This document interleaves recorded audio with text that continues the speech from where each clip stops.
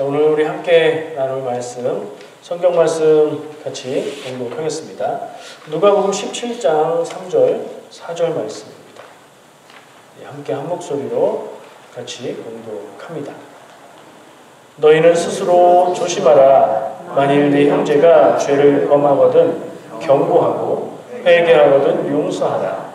만일 하루에 7번이라도 내게 죄를 짓고 7번 내게 돌아와 내가 회개하노라 하거든 너는 용서하라 하시더라. 아멘. 자, 예수님 말씀입니다. 예수님이 누가복음에서 제자들에게 하신 말씀이에요. 우리는 이 말씀을 지금 나에게 예수님이 말씀하신다 이렇게 들어도 그대로 들을 수 있는 말씀입니다. 말씀을 듣는 중에, 읽는 중에 어떤 말이 마음에 와 닿으셨는지요. 용서하라는 얘기가 반복돼서 나오지요. 주제가 용서하라는 말씀입니다. 근데 좀 구체적인 상황이 있어요. 하루에 7번이라도 나한테 죄를 짓고 그 7번 모두 찾아와서 내가 잘못했다, 미안하다 이렇게 죄 용서를 구한다면 7번이라도 용서하라. 그러면 용서하는 숫자가 몇 번이에요? 7번인데 하루에 7번이에요. 상상 한번 해보실 수 있을까요? 어떤 사람이, 같은 사람이에요. 같은 사람이 나한테 계속 잘못합니다. 나를 힘들게 하고 불편하게 하고 속상하게 하는데요. 하루에 7번을 하고 할 때마다 잠시 후에 와가지고 미안해, 잘못했어, 내가 그런 게 아니야 이런다고 해보세요. 여러분 마음이 어떠시겠습니까? 처음에 한두 번은 그래 알았어, 네가 진심으로 얘기하니까 내가 그래 잊어버릴게 할 수 있는데 3번, 4번쯤 되면 어떤 마음이 들까요? 나를 놀리나 하는 생각이 들지 않을까요? 나중에는 미안하다는 말, 잘못했다는 말을 할 때 화가 나지 않을까요? 저는 그런 생각을 해봤어요. 진짜로 하루에 7번까지 해라 그런 얘기는 아닐 것 같아요. 이 말씀에 담겨있는 의미는 한 사람이 하루에 7번까지 내게 죄를 짓고 잘못을 하고 용서를 구할지라도 그 정도까지라도 다 용서해라. 그럼 8번은 어떻게 할까요? 8번도 용서하라는 거예요. 하루에 7번 같은 사람이 나한테 죄를 지을 수 있을까요? 어려운 얘기죠. 그러니까 끝없이 한계 없이 용서하라는 얘기를 예수님은 하고 계십니다. 이 말이 우리에게 큰 도전이 돼야 됩니다. 그렇지, 용서해야지 이렇게 자연스럽게 받아들여지신다면 내가 너무너무 착한 사람이든가 그게 아닌 것 같다 그러면 이 말씀을 진지하게 듣고 있지 않는 겁니다. 정말 진지하게 듣는다면 내가 그럴 수 있을까? 아니 용서하라니, 나한테 잘못했는데, 나한테 죄 지었는데 나는 잘못한 게 없고 다른 사람이 나한테 죄를 지었는데 내가 왜 용서해야 돼? 이런 마음이 드는 게 보통 사람의 마음일 거라고 생각해서 그렇습니다. 자, 생각해 보세요. 여러분 어느 쪽이십니까? 용서해야지. 예수님 말씀이니까 용서해야지. 이런 마음이 드십니까? 아니면 자신 없는데? 이런 쪽이십니까? 혼자 묻고 답하는 거니까 솔직하게 생각하시면 좋을 것 같아요. 말씀에 순종해서 용서하겠다는 마음을 가진 분들도, 나는 못하겠는데 하는 마음이 드시는 분들도 오늘 말씀 나누는 가운데에 이 예수님의 말씀을 진지하게 들으시고 그렇게 하기로 결단할 수 있으면 좋겠습니다.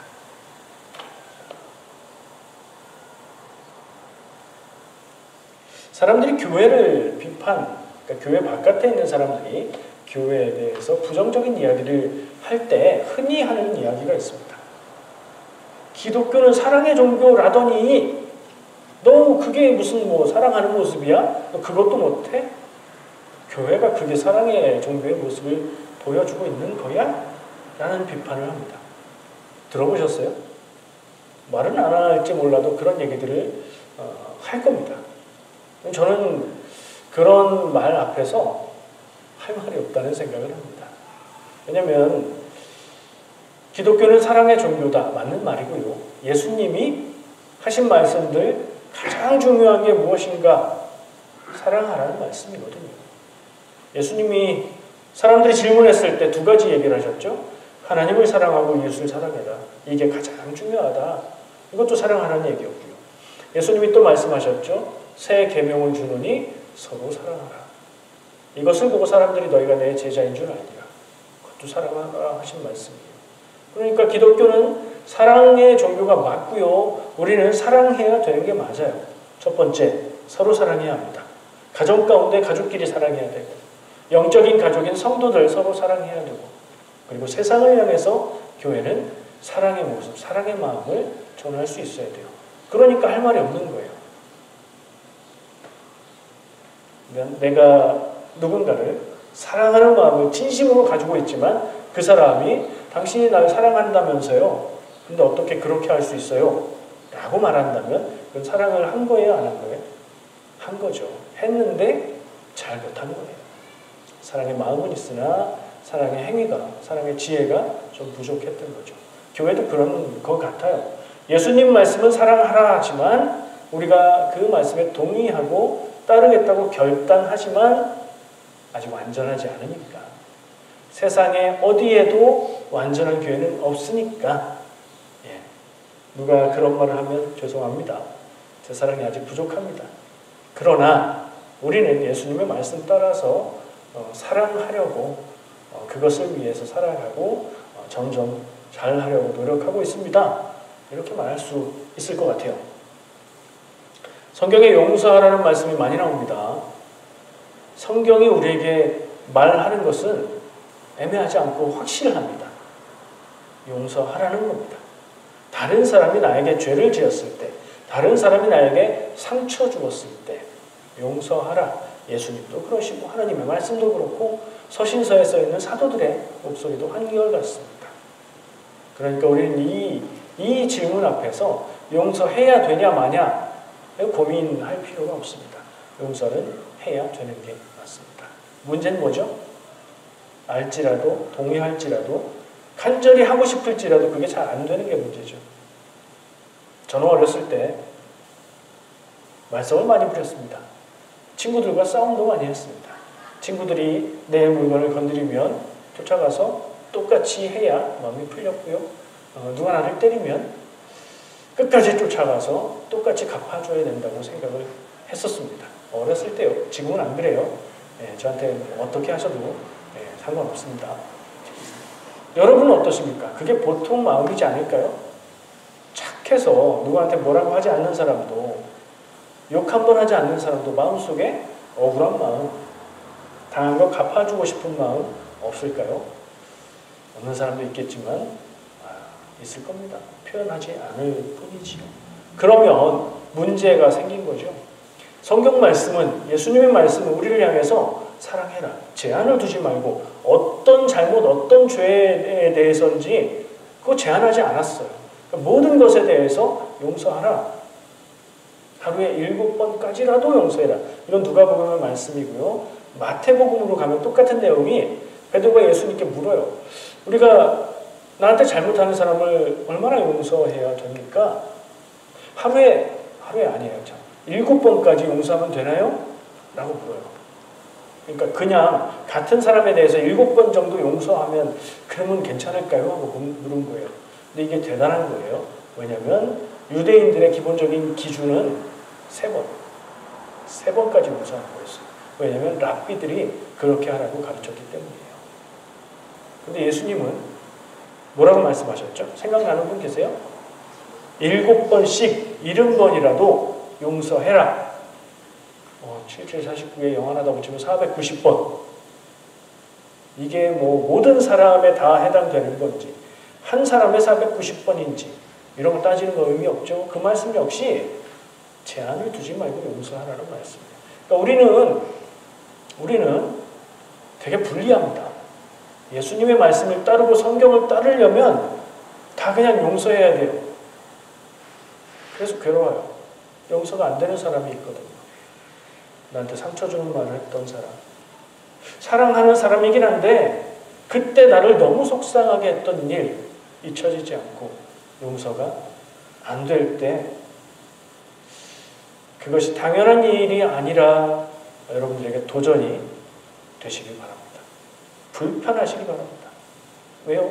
예수님은 용서하라고 했는데 난 용서가 안 되니까요. 그거 잊혀지지 말고 계속 생각나시기 바랍니다. 그래서 불편해서 용서하는 게 낫겠다. 그런 정도가 되면 좋겠습니다. 성경에 나오는 용서라는 말씀, 오늘 본문 말씀에도 있고요. 그리고 좀 전에 얘기한 대로 마태복음 18장 21절, 22절 베드로가 예수님께 몇 번이나 용서해야 되냐고 물었던 내용이 있고요.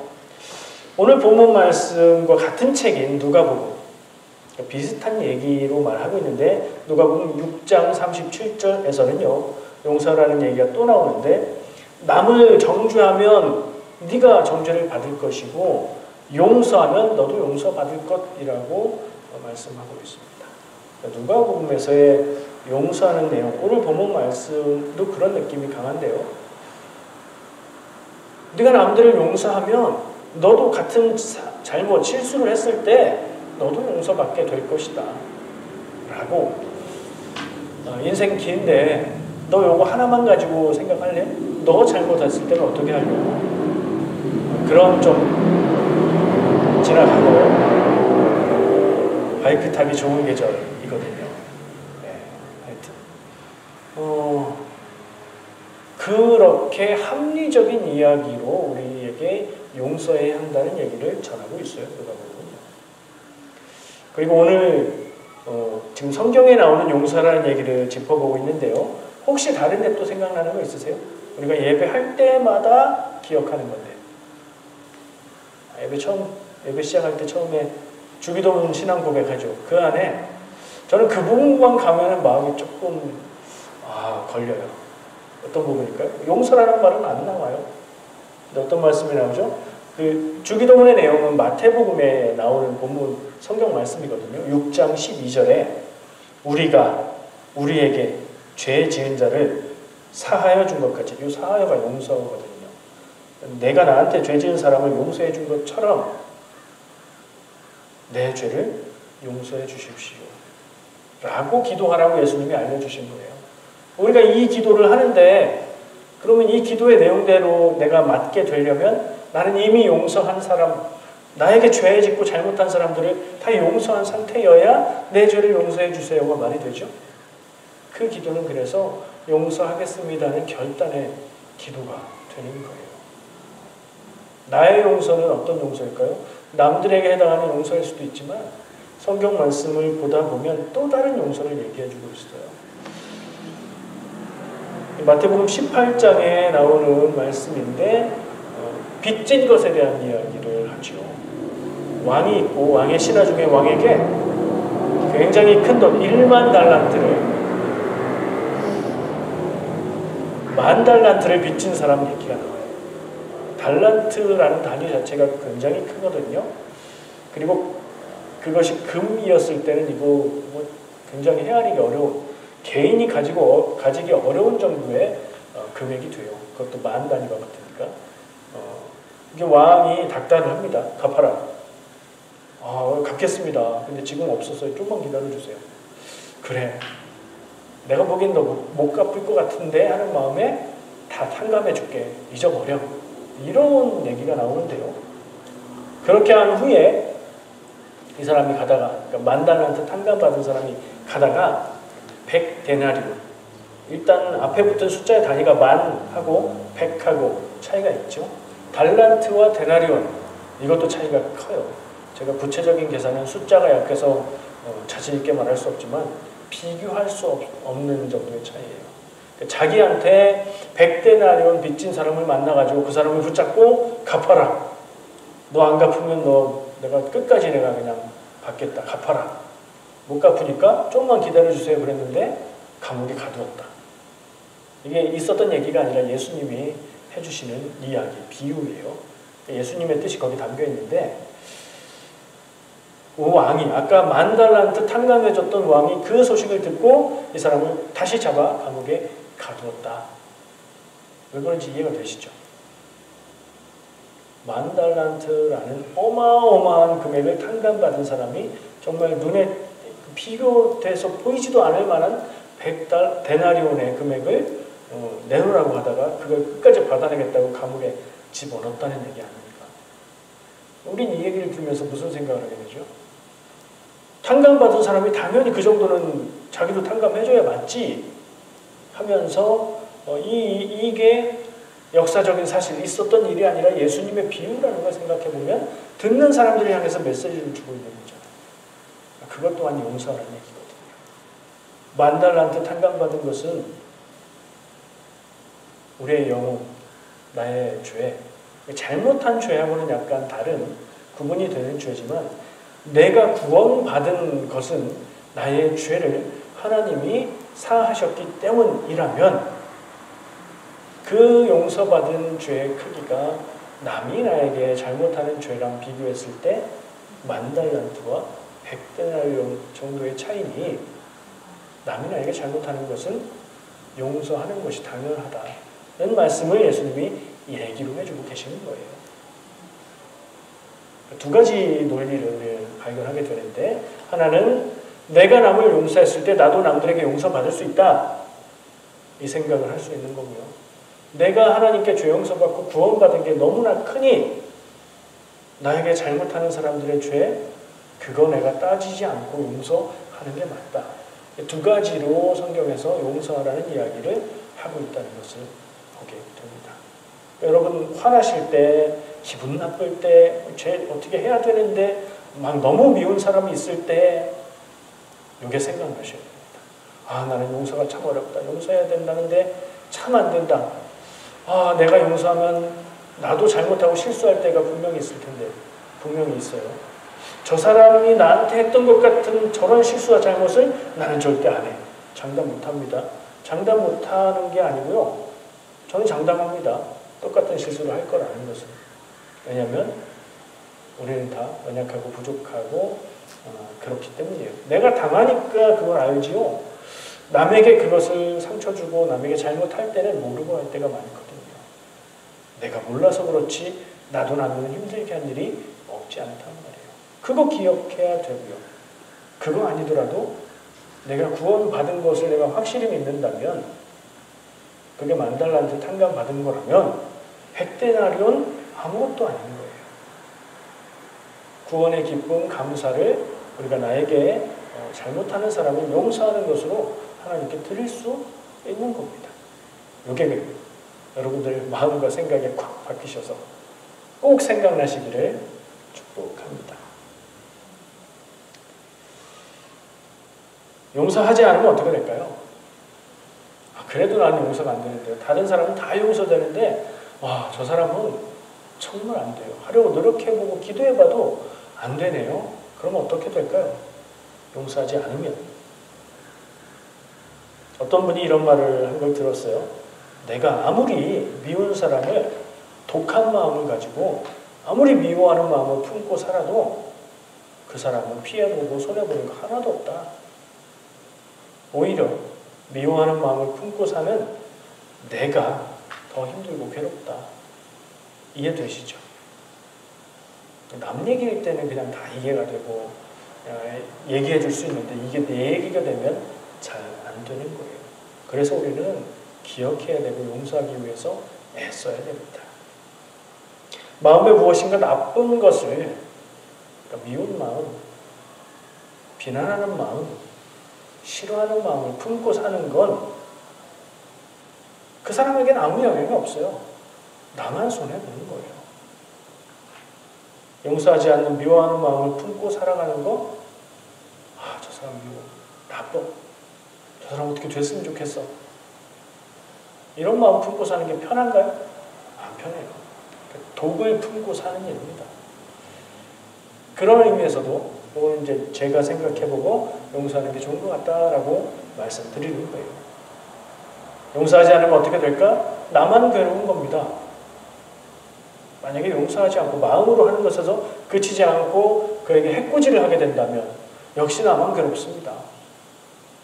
폭력을 행하면 혹은 나쁜 짓을 행하면 벌을 받게 되잖아요. 그렇죠? 그러니까 여러 가지를 생각해 보아도 아무리 생각해 봐도 맞는 것은 용서하는 게 맞는 거예요. 저는 이것이 거룩한 삶의 한 가지 기준이 된다고 생각합니다. 왜냐하면 용서하라는 요구를 받지 않는 사람들은 자기 마음대로 살아갑니다. 나한테 잘못한 사람이 있으면 미워하는 게 당연합니다. 근데 우리는 어때요? 그게 안 돼요. 하나님의 사랑과 은혜 가운데 구원받은 사람으로 예수님 말씀, 성경 말씀을 내가 따라야 되겠다 생각하기 때문에 용서해야 된다는 것을 내가 들은 바 있어서 미워하는 게 안 되는 거예요. 우리는. 기준이 다른 거죠. 기준이 달라서 행동하는 게 다른 것, 그것이 거룩한 삶입니다. 하나님의 마음과 뜻을 따라서 사는 거룩한 삶. 지금 못해도 괜찮아요. 우리가 100% 거룩하지 않은 것을 우리가 서로 다 나 자신이 알고 있으니까요. 그러나 그거 그냥 당연하게 받아들이는 건 안 된다는 겁니다. 그렇게 가야 된다는 것을 우리가 기억해야 된다는 거예요. 용서는요, 화해이고요, 치유입니다. 대상에게뿐 아니라 나 자신에게 그렇습니다. 오늘 본문 말씀이 누가복음에 나오는 용서하라는 말씀인데요. 아까 제가 좀 비교했던 마태복음에 나오는 용서하라고 내용이 좀 달랐죠.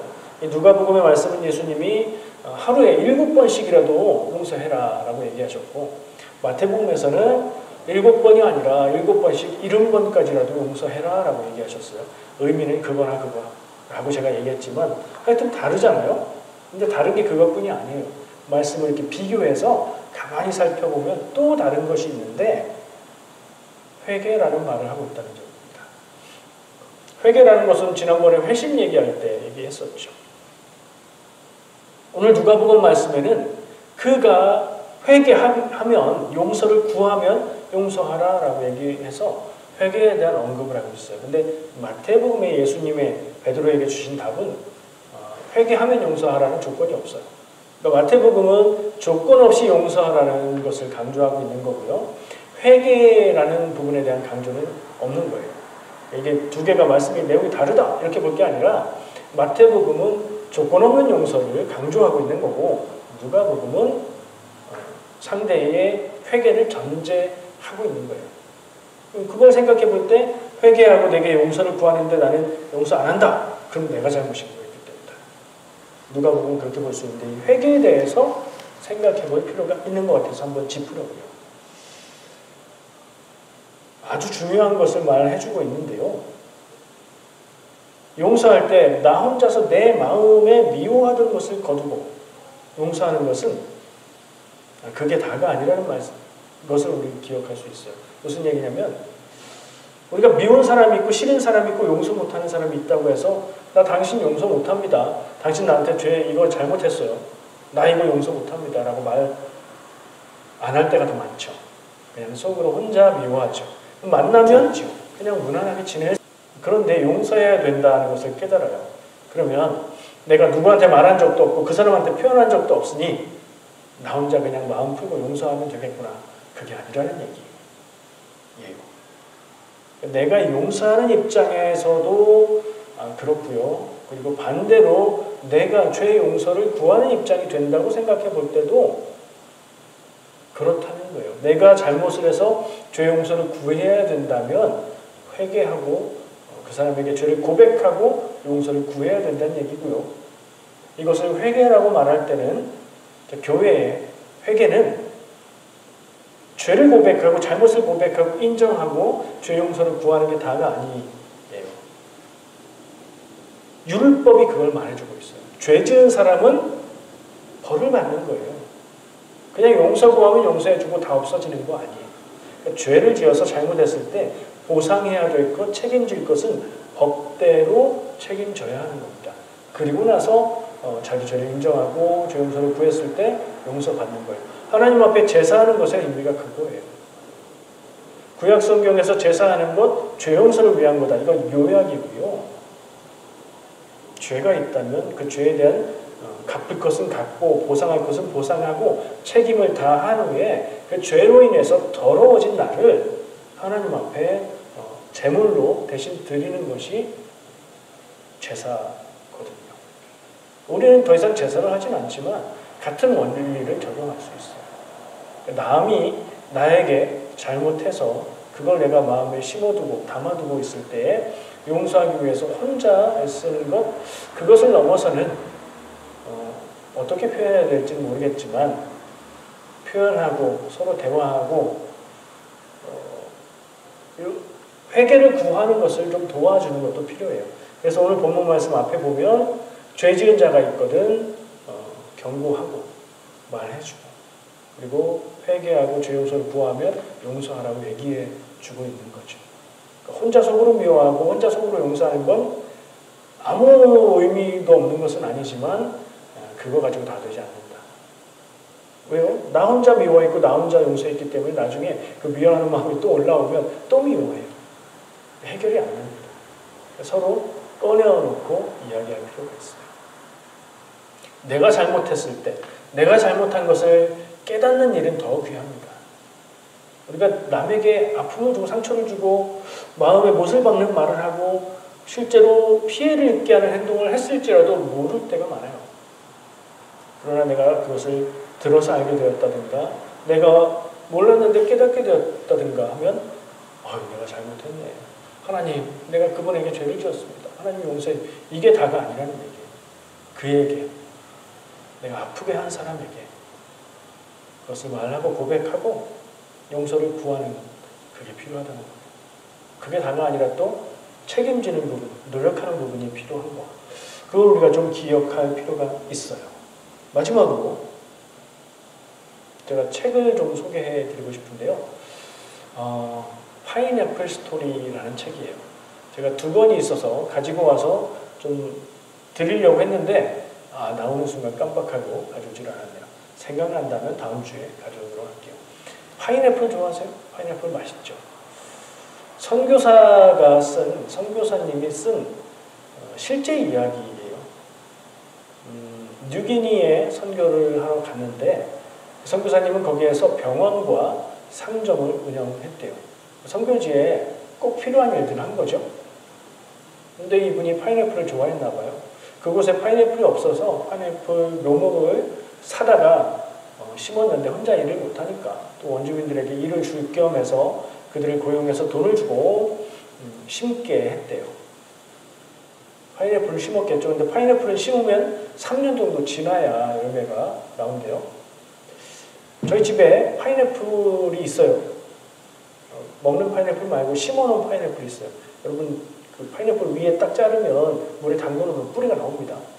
그거 심으면 난처럼 비슷하게 예쁘게 키울 수 있어요. 저는 그걸 보면서 생각을 하는데 파인애플을 심어서 3년을 기다렸어요. 이제 따 먹을 수 있게 됐죠. 열매가 맺힌 걸 보고 크는 걸 보고 야 이거 익으면 맛있겠구나.